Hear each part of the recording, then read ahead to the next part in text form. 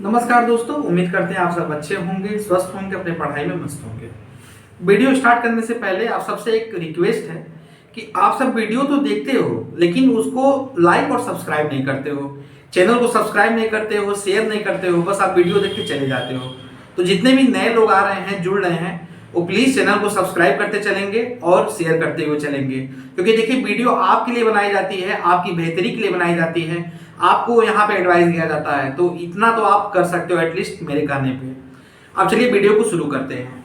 देखिए जितना भी इशू आ रहा है और जो लोग करेक्शन विंडो का वेट कर रहे हैं, आज हम उन सबकी समस्याओं पे बात करेंगे और सबकी समस्या का हल निकालेंगे कि अब इसका यहाँ पे क्या तोड़ हो सकता है, कैसे आपको बचाया जा सकता है, कैसे आपके फॉर्म को रिजेक्ट होने से हम यहाँ बचा सकते हैं। इन्हीं सब चीजों पे हम बात करेंगे और आपको कंप्लीट गाइडेंस देंगे। वीडियो के लास्ट तक आप बने रहना। देखिए सबसे पहले बात कर लें करेक्शन विंडो की कि सर करेक्शन विंडो कब तक आएगा। तो देखो करेक्शन विंडो का कोई एग्जैक्ट डेट नहीं है।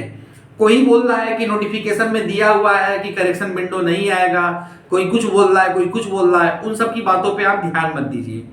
करेक्शन विंडो आपका एक हफ्ते में भी आ सकता है, 10 दिन के बाद भी आ सकता है, 15 दिन के बाद भी आ सकता है। इसका मतलब कोई एग्जैक्ट टाइम नहीं है कि कब वो आएगा कब नहीं आएगा। 2023 में जब वैकेंसी आई थी तो आपने देखा कि एक लंबे समय तक जो है फॉर्म भराया, फॉर्म भराने के बाद फिर उसके बाद उस फॉर्म को रीओपन किया गया, फिर फॉर्म भराया, फिर देन उसके बाद करेक्शन विंडो आया ना। तो इस बार क्या है कि आप लोग परेशान मत होइए, हताश मत होइए कि करेक्शन विंडो नहीं आया नहीं आया। अभी आपका हार्डली कितना दिन हुआ, अगर नियम से देखा जाए तो 28 तारीख के रात के 12 बजे तक तो फॉर्म ही भराए हैं। ठीक है, रात के 12 बजे तक फॉर्म ही भराए हैं। अब 28 तारीख के बाद जो है अगर आप देखोगे तो 3 दिन उधर हुआ और ये आज का 5वां दिन चल रहा है, तो मोटी मोटा आपका 7 दिन यहाँ पे ही हुआ ना। मोटी मोटा आपका 7 ही दिन तो हुआ, 8वें दिन में आप चल रहे हो। तो अभी थोड़ा सा और वेट करो, हो सकता है कि अगले 2-4 दिन में 5 दिन में करेक्शन विंडो ओपन हो सकता है। हमें हिम्मत नहीं हारनी है, वेट करना है, संयम के साथ रहना है, कहीं भी इधर उधर नहीं जाना है। इन केस अगर करेक्शन विंडो नहीं आता है अगले 2-4 दिन 5 दिन में, तो अब इसका यहाँ पे सोल्यूशन क्या है, इस पे भी मैं बात करूंगा। सबसे पहले हम आते हैं सबके इशू पे कि कहां कहां पे किसका क्या इशू आ रहा है। जैसे कुछ लोग का इशू ये है कि सर मैंने रोल नंबर गलत भर दिया, मैंने फॉर्म भरते समय रोल नंबर गलत कर दिया, मैंने यहाँ पे बीएड का रोल नंबर डाल दिया और मुझे डालना था बीएससी का रोल नंबर, या मुझे डालना था किसी इंटर का रोल नंबर डाला था, तो मैंने यहाँ पे रोल नंबर गलत डाल दिया। तो अब इसका सर क्या है तोड़। तो ये तो बहुत बड़ी मिस्टेक है। अगर आप वहां पे फॉर्म भर रहे हैं तो ये कैसे आपसे हो गया कि आपने दूसरे के मार्कशीट का रोल नंबर डाल दिया या आपने अपना दूसरा रोल नंबर डाल दिया, ये कहां से आपसे गलती हो गई।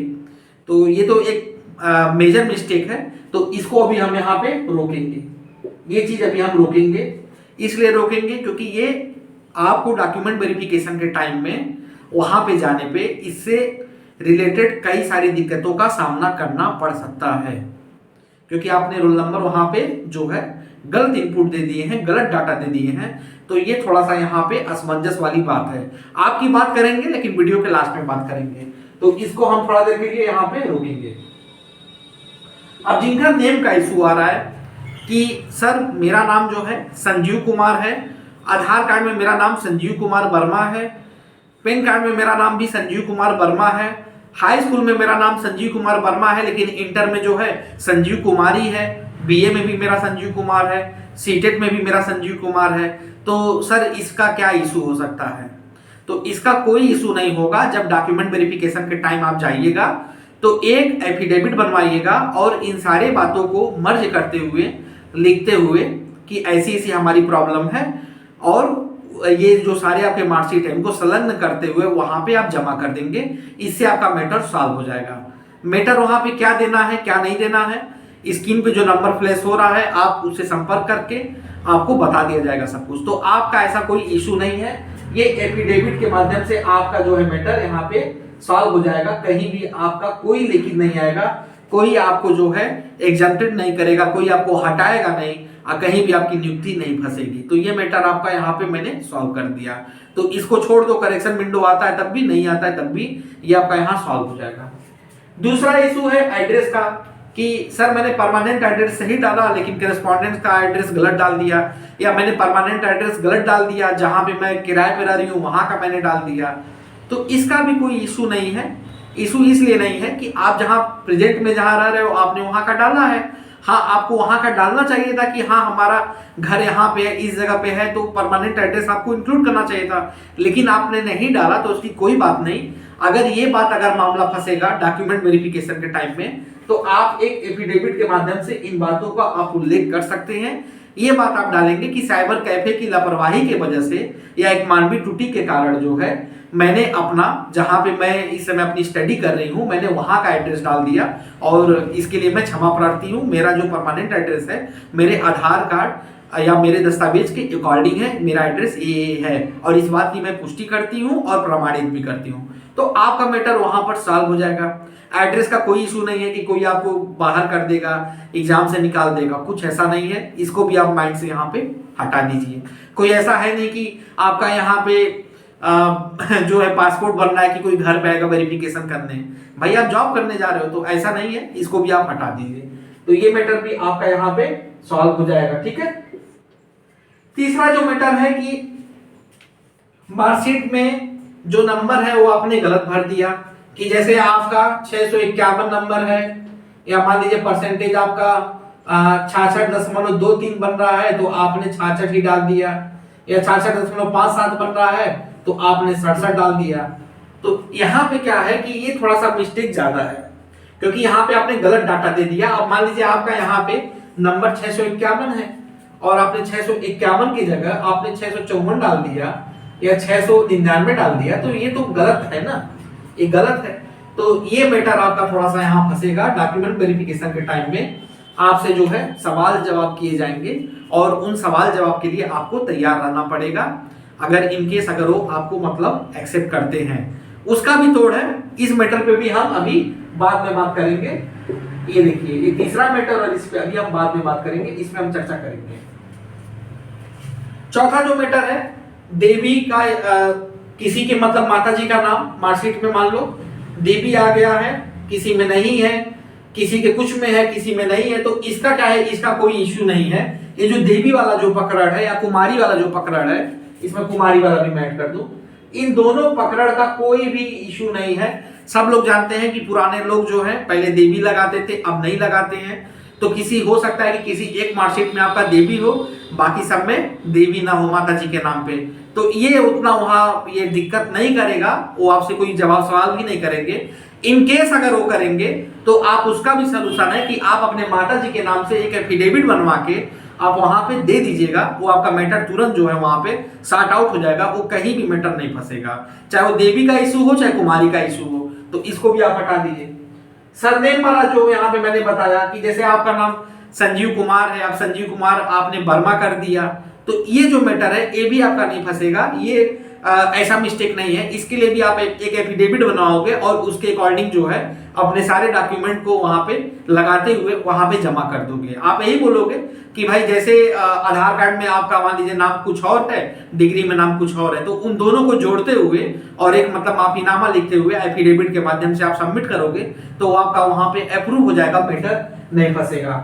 आधार कार्ड में मिस्टेक है तो ये भी आपका सॉल्व हो जाएगा, क्योंकि आधार कार्ड में मान लीजिए कि संजीव कुमार वर्मा हो गया और आपका वहां पे जो है संजीव कुमार हो गया, तो उन दोनों में क्या है कि सिमिलरिटी नहीं है नाम में, एक में वर्मा आ रहा है एक में कुमार आ रहा है। तो आप उसमें दो काम कर सकते हैं, या तो आधार कार्ड को अभी आप चेंज करा लीजिए, या तो आप क्या कीजिएगा उस टाइम जब जाइएगा तो सीधे आप वहां पे एक एफिडेविट लेके चल जाइएगा और वही बात बता दीजिएगा, या तो मार्कशीट में आपका ये हो गया या तो इसमें हो गया, तो उन दोनों के सापेक्ष एक एफिडेविट लगाइएगा, उसमें सारी बातों का उल्लेख कीजिएगा, दोनों के डॉक्यूमेंट्स को मर्ज करिएगा, वहां पे देंगे आपका मैटर सॉल्व हो जाएगा। चाहे तो आप वहां लिखित में भी दे सकते हैं, वो सॉल्व हो जाएगा। तो आधार कार्ड को लेके, आधार कार्ड के मिस्टेक को लेके, सरनेम के मिस्टेक को लेके और देवी या कुमारी के नेम को लेके कोई भी इशू नहीं आने वाला है किसी भी कैंडिडेट को। आप वहां पे जो है एफिडेविट के माध्यम से, सप्लीमेंट्री एफिडेविट के माध्यम से इन सारी चीजों को जो है आप वहां पे क्लियर कर देंगे, तो ये मैटर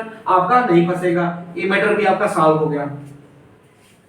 सीटेट में अगर नाम का इशू है तो ये एफिडेविट के माध्यम से सॉल्व हो जाएगा। अगर आपने रोल नंबर गलत डाल दिया है, मेरी बात ध्यान से सुनिए, सीटेट में अगर नाम का इशू है तो ये आपका एफिडेविट के माध्यम से सही हो जाएगा। लेकिन अगर आपने रोल नंबर गलत डाल दिया है या सीटेट का जो आपका पासिंग नंबर है वो आपने गलत डाल दिया है, तो इसके लिए आपको दिक्कत यहाँ पे होगी और ये आपका मैटर यहाँ पे फंसेगा। मार्कशीट अगर एक्सचेंज हो गया है तो ये भी मैटर आपका फंसेगा। जैसे अभी कुछ लोग का मेरे पास मैसेज आया था कि मैंने अपनी बहन का जो है रोल नंबर डाल दिया, मैंने अपनी बहन का जो है रोल नंबर भी डाल दिया, उसका नंबर डाल दिया, तो ये मैटर आपका यहाँ पे फंसेगा। तो ये चीज यहाँ पे एक मैटर ये फंसा, एक मैटर ये फंसा, एक मैटर ये फंसा और एक मैटर यहाँ पे आपका ये फंसा। तो ये सारी चीजें आपकी क्लियर हो गई। अब जिनका मैटर फंस रहा है अब उस पर बात करते हैं। आइए, जिनका मैटर फंस रहा है अब केवल उन्हीं पे बात करेंगे। सॉरी, दो इशू और था। एक लैंग्वेज को लेके इशू आ रहा है बच्चों का कि सर मैंने लैंग्वेज इंग्लिश डाल दिया है तो मैंने हिंदी डाल दिया है। उसमें कोई दिक्कत नहीं है, लैंग्वेज आप कोई भी सेलेक्ट करो, हिंदी करो चाहे इंग्लिश करो, तो उसमें आपका वो डीबी के टाइम में कोई मैटर नहीं करेगा। भाषा को लेके कोई भी ऐसा नहीं है कि आपको नौकरी से निकाल देगा या वंचित कर देगा या बाहर का रास्ता दिखा देगा, ठीक है। लैंग्वेज को लेके कोई इशू नहीं है। लैंग्वेज ये है कि भाई जो लैंग्वेज आपने सिलेक्ट किया है उसी के आधार पे आपकी जो है काफी जो है वहां पे जांची जाएगी, तो उस चीज का आप बस ध्यान रखेंगे। बाकी उसको लेके कोई इशू नहीं क्रिएट होने वाला है आपके वहां जॉब में। कास्ट सर्टिफिकेट का मैंने बता दिया है कि चाहे तुमने वैकेंसी आने से पहले का बनवाया हो चाहे वैकेंसी आने के बाद का बनवाया हो, कोई भी मैटर यहाँ पे क्लैश नहीं करेगा। बस आपको वहां पे सेंट्रल लेवल का कास्ट सर्टिफिकेट बना के दे देना है। कास्ट सर्टिफिकेट की वैलिडिटी 6 महीने होती है, तो आपको डॉक्यूमेंट वेरिफिकेशन के टाइम में ऑलरेडी लेके जाना है, तो वो चीज लेके चल जाना। बाकी वो लोग भी समझदार हैं कि कहीं इलेक्शन चल रहा है बिहार में, कहीं कुछ हो रहा है, तो बच्चों का इतना जल्दी कास्ट सर्टिफिकेट नहीं बन पाता है, कहीं लेखपाल की तबीयत खराब है, कुछ है, तो सबका तो एक टाइम पे बनेगा नहीं। तो उसको लेके ऐसा नहीं है कि वो आपको बाहर कर देंगे या बाहर का रास्ता दिखा देंगे या दिक्कत क्रिएट करेंगे, कुछ नहीं होगा। ज्यादा कुछ होगा वो आपसे लिखित में ले लेंगे, ब्यौरा ले लेंगे। अगर आपका पुराना से पुराना भी कास्ट सर्टिफिकेट अगर आपने दिया है तो सब चल जाएगा, उसमें कोई दिक्कत नहीं है। बस डॉक्यूमेंट वेरिफिकेशन के टाइम में नया बनवा के लेके जाना और उसके साथ एक एफिडेविट भी आप कैरी करके ले जाना। आप आराम से बहुत निश्चिंत होकर जाओगे, डॉक्यूमेंट वेरिफिकेशन हो जाएगा, मैटर आपका नहीं फंसेगा। अब आते हैं उन मैटर पे जिनका मैटर फंस रहा है।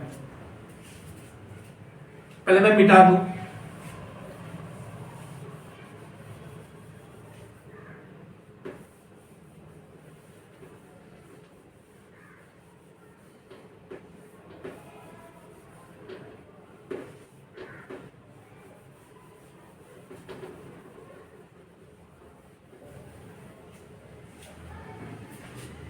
इसमें पहला मैटर फंस रहा है रोल नंबर का इशू वाला, कि जिन बच्चों ने गलत रोल नंबर डाला है, किसी और का रोल नंबर डाल दिया है या बीए का रोल नंबर डाल दिया है या एमए का रोल नंबर डाल दिया है, बीए में एमए का डाल दिया, एमए में बीए का डाल दिया है, तो वहां पे क्या है, इनके साथ ऐसा कोई दिक्कत नहीं क्रिएट होने वाला है। दिक्कत बस यही क्रिएट होगा कि डॉक्यूमेंट वेरिफिकेशन के टाइम में जब आपके डॉक्यूमेंट्स वहाँ मैच नहीं करेंगे तो वहाँ पे ये आपको बाहर भी कर सकते हैं, क्योंकि उनके रूल और क्लास में है कि जब डॉक्यूमेंट वेरिफिकेशन के टाइम में जब वो चीज़ें नहीं मैच करेंगी तो आपको बाहर भी कर सकते हैं। उसका तोड़ ये है कि जैसे मान लीजिए कि अगर आपने अपना ही रोल नंबर डाला है, इन केस अगर आपने अपना ही रोल नंबर डाला है, गलत आपने डाला है, जैसे बीए में एमए का डाला, एमए में बीए का डाला है, तो उसके रिगार्डिंग आप क्या कर सकते हैं कि एक सप्लीमेंट्री एफिडेविट बनवा सकते हैं और उस सप्लीमेंट्री एफिडेविट में इन सारे बातों का उल्लेख कर सकते हैं कि सर अज्ञात कारणवश या फिर भूल चूक मानवीय त्रुटि के कारण मैंने जो है फॉर्म भरते समय बीए में एमए का रोल नंबर, एमए में बीए का रोल नंबर डाल दिया, जिसके लिए मैं क्षमा प्रार्थी हूँ, मुझसे गलती हुई और इस भूल को मैं स्वीकार करता हूँ। उपयुक्त नाम, पता, बाकी जो है चीज़ें सब कुछ मेरी सही है, जो भी मैंने साक्ष्य दिया है सही है। इस रोल नंबर वाले प्रकरण पे आपको जानकारी मैं दे रहा हूँ, तो तब मेरी गलती को माफ करते हुए मेरे फॉर्म को कबूल करने की कृपा करें। तो एक ये मतलब आप एफिडेविट बनवा सकते हो। अभी आपको वेट करना होगा जब तक, ये मान के चलो कि अगर एडमिट कार्ड अगर आपका आ गया, अगर एडमिट कार्ड अगर आपका आ गया तो कोई इशू नहीं है, आप जाके एग्जाम दो, उसके बाद ये मैटर जो है आपका सॉर्ट आउट हो जाएगा सप्लीमेंट्री एफिडेविट के आधार पर। उसमें भी कुछ तरीके हैं जिसपे मैं बताऊंगा आपको, उन चीज़ों के अकॉर्डिंग आप काम कीजिएगा। ये नंबर मेरा नोट कर लो इस नंबर पे आप मुझसे संपर्क कर लेना व्हाट्सएप के माध्यम से। आपको मैं यहाँ पे गाइड कर दूंगा कि कैसे आपको क्या करना है क्या नहीं करना है। तो ये पहले वेट करो कि एडमिट कार्ड आपका आ जाए, ये मनाओ एडमिट कार्ड आ जाए, आप जाके एग्जाम दे लो। तो ये चीज जो है सप्लीमेंट्री एफिडेविट के माध्यम से हम इसको यहाँ पे सॉल्व करा देंगे। अब आ जाओ मार्कशीट में जो है मार्क आपने गलत भर दिया है। अब जैसे मान लो, जैसे मैंने बताया ना कि 654 है तो आपने 651 भर दिया, 699 भर दिया, तो ये भी एक बड़ी मिस्टेक है। डॉक्यूमेंट वेरिफिकेशन के टाइम में आपको अगला बाहर भी कर सकता है या फिर आपके एक्सेप्टेंस को जो है निरस्त भी कर सकता है। तो इसका भी आपको वेट करना है कि आपका एडमिट कार्ड आ जाए और आप एग्जाम दे दें। बाकी आपको इसी के आधार पे एक सप्लीमेंट्री एफिडेविट का मैटर तैयार करना होगा, वहां पे जाना होगा। हो सकता है आपको नेक्स्ट ऑफिस भी जाना पड़े, इन सारी बातों को वहां पे मैच कराना होगा और वहां पे माफी मांगते हुए या हर्जाना भरते हुए इस चीजों को आप अपना बचा सकते हैं। सीटेट वाले में भी यही चीज है कि अगर आपका नाम का गलती है तो कोई दिक्कत नहीं है, लेकिन अगर रोल नंबर या पासिंग नंबर का डिफरेंस है तो इसके लिए भी आपको यहाँ पे एडमिट कार्ड का वेट करना है और सप्लीमेंट्री एफिडेविट के माध्यम से इन चीजों को वहां पे सॉल्व कराना पड़ेगा, ठीक है। और यहाँ जो मार्कशीट एक्सचेंज वाला है इसके लिए कोई भी मतलब उपाय नहीं है, इसमें आपका अभ्यर्थ जो है मतलब सब कुछ निरस्त कर दिया जाएगा, कुछ इसमें मतलब आपका बचेगा नहीं, आपको बाहर का रास्ता दिखा दिया जाएगा। तो ये 3 पकड़ा का मैंने यहाँ पे बता दिया, ये 3 साल हो जाएंगे, ये जो है ये नहीं सॉल्व हो पाएगा क्योंकि इसमें आपने मार्कशीट ही एक्सचेंज कर दी है। आपने नंबर गलत भरा है तो उसको हम सप्लीमेंट्री एफिडेविट के माध्यम से कहते हैं ना कि रिग्रेट करके हम वहां पे सही करा सकते हैं, लेकिन ये नहीं करा सकते। तो ये आपका मैटर यहाँ फंस जाएगा, बाकी चीजें आपकी यहाँ पे सॉल्व हो जाएगी। तो यही है, मैंने आपको बता दिया। बाकी देखो, अगर आप चैनल पे नए हो तो करना ना पड़े, चैनल को लाइक और सब्सक्राइब करो ताकि इससे रिलेटेड और कुछ भी बताए। और आप परेशान मत हो, फिलहाल मैं सारे बच्चों से अपील करूंगा एग्जाम पे सब लोग फोकस करो, वेट करो एडमिट कार्ड आने का, मन में यहाँ टेंशन मत पालो, एग्जाम पे फोकस करो, टीयर 1 को करेक्ट करो। जब आएगी डॉक्यूमेंट वेरिफिकेशन के टाइम की बात तो कोई खड़ा रहे चाहे न रहे आपके साथ, मैं खड़ा रहूंगा। आपके सर आपके साथ खड़े हैं, अभी भी खड़े हैं, उस दिन भी खड़े रहेंगे। ये मेरी जिम्मेदारी है कि आपको उस पार से उस पार ले जाने की जिम्मेदारी मेरी है। तो इसके लिए निश्चिंत रहो। बाकी मैं अपना कांटेक्ट नंबर दे रहा हूं, अगर कहीं आपको कोई समस्या होगी तो आप शेयर कर सकते हैं, बता सकते हैं, क्योंकि यहाँ पे समस्याएं लोगों की सॉल्व की जाती है, बढ़ाई नहीं जाती है हमारे चैनल से। हम ये भी नहीं है कि हम कोर्स बेच रहे हैं या बहुत ज्यादा हम कमा रहे हैं तो हम उस सिद्धांत पे है कि हम बच्चों से बात ही नहीं करेंगे या इंटरेक्ट नहीं करेंगे जैसे आपके जो बड़े बड़े कोचिंग वाले करते हैं। तो हमारा ये है कि सही गाइड करना, सही दिशा में ले जाना और आपकी चीजों को इंप्रूव कराना। तो आज के लिए इतना ही। बाकी एक और न्यूज आप लोग के लिए, अगर आप टीयर 1 और टीयर 2 की तैयारी कर रहे हो और चाहते हो कि आपकी एक सुरक्षित सीट निकल जाए, तो हम टीयर 1 और टीयर 2 दोनों का जो है एक बैच चला रहे हैं। चाहे आपका टीजीटी हो, चाहे आपका पीजीटी हो, चाहे आपका नॉन टीचिंग हो, आप ये बैच ज्वाइन कर सकते हैं। टीयर 1 के बैच की खासियत ये है कि हम 40 दिन में उन्हीं चीजों को हम आपको पढ़ाएंगे जो चीज आपके एग्जाम में आएंगी, और ये पूरी तरह से एग्जामिनर के साइकोलॉजी से डिपेंड होके ये तैयार की गई सीरीज है जो कि आपके एग्जाम के लिए बहुत महत्वपूर्ण है। अगर आप 40 दिन मन से लगा लोगे तो आपका सिलेक्शन कंफर्म है। टीयर 2 में आपके डिस्क्रिप्टिव की पूरी तैयारी कराई जा रही है और आपको आंसर राइटिंग से लेके कैसे किन किन चीजों का ख्याल रखना है, क्या क्या आपको करना है, क्या क्या नहीं करना है, सब कुछ बताया जा रहा है। प्रॉपर आपको उसका नोट्स प्रोवाइड कराया जा रहा है, वीडियो मिल रहे हैं। तो आप टीयर 2 का भी बैच हमारा ज्वाइन कर सकते हैं। टीयर 1 और टीयर 2 का बैच अगर आप ज्वाइन करते हैं तो इस बात की गारंटी है कि एक सीट आपकी सिक्योर हो जाएगी। तो यही सूचना थी, मैंने सोचा आपको बता दूं। बाकी अगर आप चैनल पे नए हैं तो चैनल को लाइक और सब्सक्राइब करें। जैसा भी होता है आप सबसे फिर मुलाकात होती है। बहुत बहुत धन्यवाद।